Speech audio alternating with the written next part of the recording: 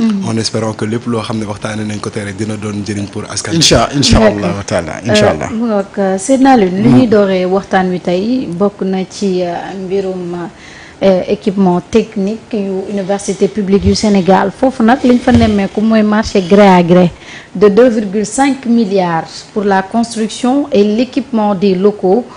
muy CPGE bu Thiès foofu nag. bu ñu fa duggee daal daanaka la nga xam ne moo di travaux 10% donc lañ ci exécuté waa tamit réew mi daal alors soxna Marie. waaw kañ la ñuy jógee ci piège yi nga xamante ni moom la ñu gars yi teg ci réew mi. moo jaaxal de. ça c'est une question boo xamante ni chaque jour. ñuy wër réponse bi tamit suñu am réponse bi. démb la ñu doon wax ci ay scandale yu am au ministère de la communication des télécommunications et de l'économie numérique. ay marché fictif ay passation de marché yu nga xamante ni amul benn bu nga xamante ni jaar na ci yoon. ay scandale yu nga xamante ni kenn mënu la wax fan la commencé ak fan la yem.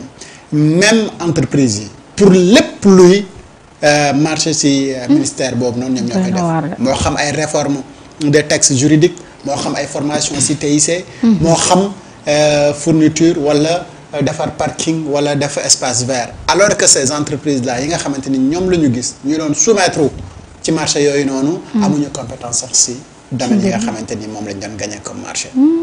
ñu gis bordereau de réception yi ak bordereau de livraison yi am ay mbir yu wuute. date yu nga xamante ni day tombeel ay jouru week-end. jour yi nga xam ne kenn du ko liggéey ñu ne jour boobu la ñu convoqué def ay erreur ci date yi def ci nangam sangam loolu moom mooy de la tricherie. waaw et tricherie boobu noonu boo xoolee daanaka moom moo nekk dans tous les secteurs. yi nga xamante ni moom moo amoon.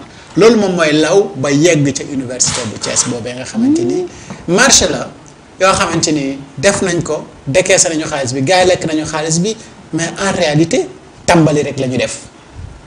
te marché yooyu du mos a yegg ndax xaalis ba nga xamante ni moom moo ko war a def mais gars yi lekk nañ ko ba noppi. marché boobu fan lay commencé budget bi génn na ba ñu lekk ko ba lekkee ko seen ginaar naanee ko seen jus bi sax léegi reesal nañ ko.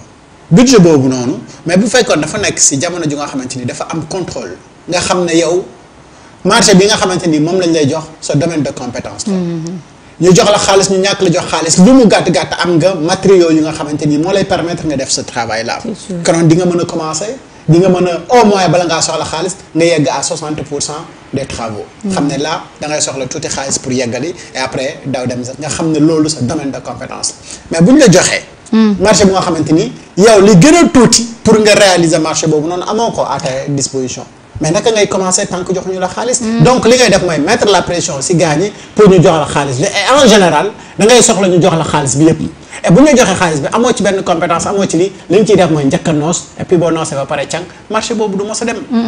et loolu la ñu constaté mu am ci li nga xamante ni moom mooy marché yu bari au Sénégal. démb ministère la.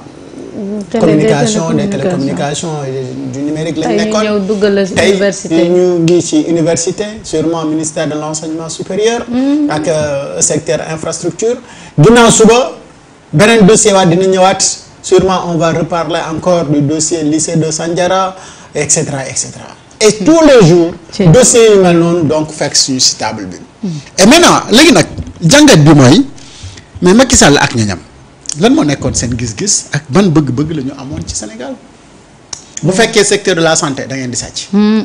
secteur de l'éducation da ngeen di sàcc. secteur de télécommunication da ngeen di sàcc. transport da ngeen di sàcc. justice da ngeen di sàcc. affaires étrangères da ngeen di sàcc. donc amul benn domaine booy dem bu nga xamante ni nekkuñu di sàcc xoolal infrastructure par exemple. ministère bi nga xamante ni Mansour Faye moo ko yore woon ñaata la ñu coûté. mbirum ndox mii rek ñuy wax Sénégal SOS bien le contrat ci yenn base la ñu ko amee ak ñaata la ci Mansour dóor xam nga bu fekkee ni li askan wi war a raggoo yéen na ngeen koy sangoo mais dafay doy waar donc yow ñun amaguñ ndox mu ñu raggoo yow nga bëgg a jël ndox mi ñu amas néew di ko sangoo mais lii moom mooy li nga xamante ni mooy gangrené donc gestion wu Macky Sall surfacturation yi bëri na marché gré ma arrêté MC mais moom si république bu normal lii war na fee mën a am république mosul normal si Macky Sall bu fekkee dëgg nga bëgg a dégg. mooy république sous Macky Sall mosul normal. Macky Sall ku ko neex la xamoon ak li ko neex jël lu ko neex jox ko ku ko neex mu def ci lu ko neex. et la preuve aujourd'hui tey fi ñu toll nii mais ñun ñëpp xam nañu ne Macky Sall moo ñu fi indi et que c'est tout sauf bon.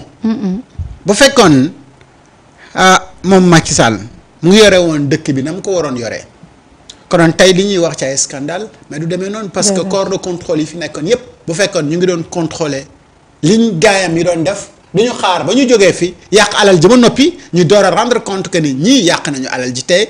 période boobu moo amoon ay corps de contrôle yu nga xamante ni dañoo waroon def ay audit ñu waroon def ay rapports trimestriels comme des rapports annuels wala des rapports semestriels di ko jébbal les corps de contrôle ñu mën a xam ndax lii mu ngi jaar yoon wala jaarul yoon boo defee benn offre appel d'offre nga publier ko nga def avis yi ñëpp gis ko lépp jaar ci yoon mais loolu la ñuy gérer am réew parce que dañu la tànn parmi autant de Sénégalais na la yow dañ la dénk lii pour nga doxal ko pour l'intérêt de la nation.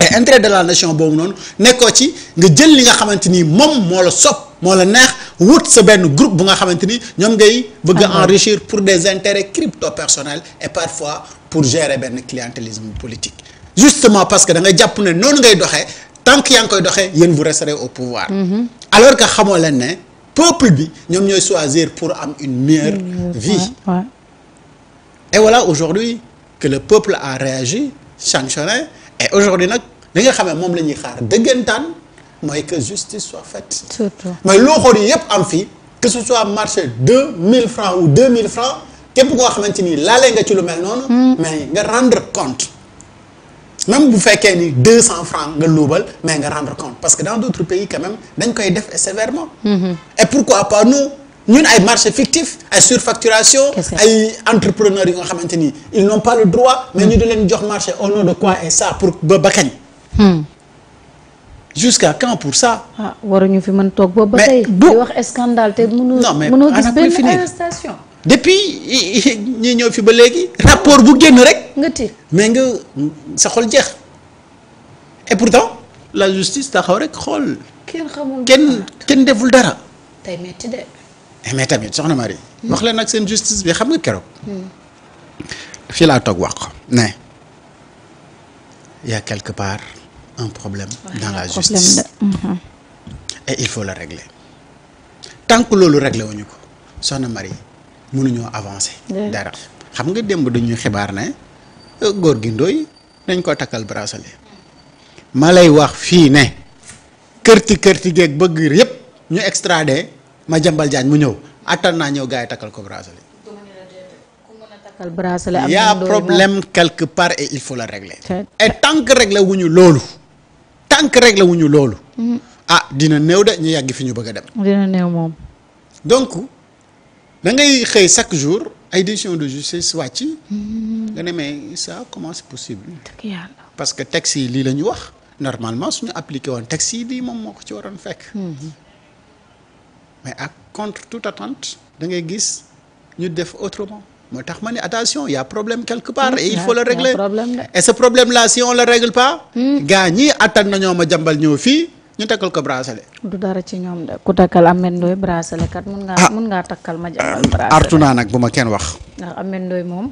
waaw bu fekkoon rek bu fi Madiambal ñëwee bañ takkal ko bracelet.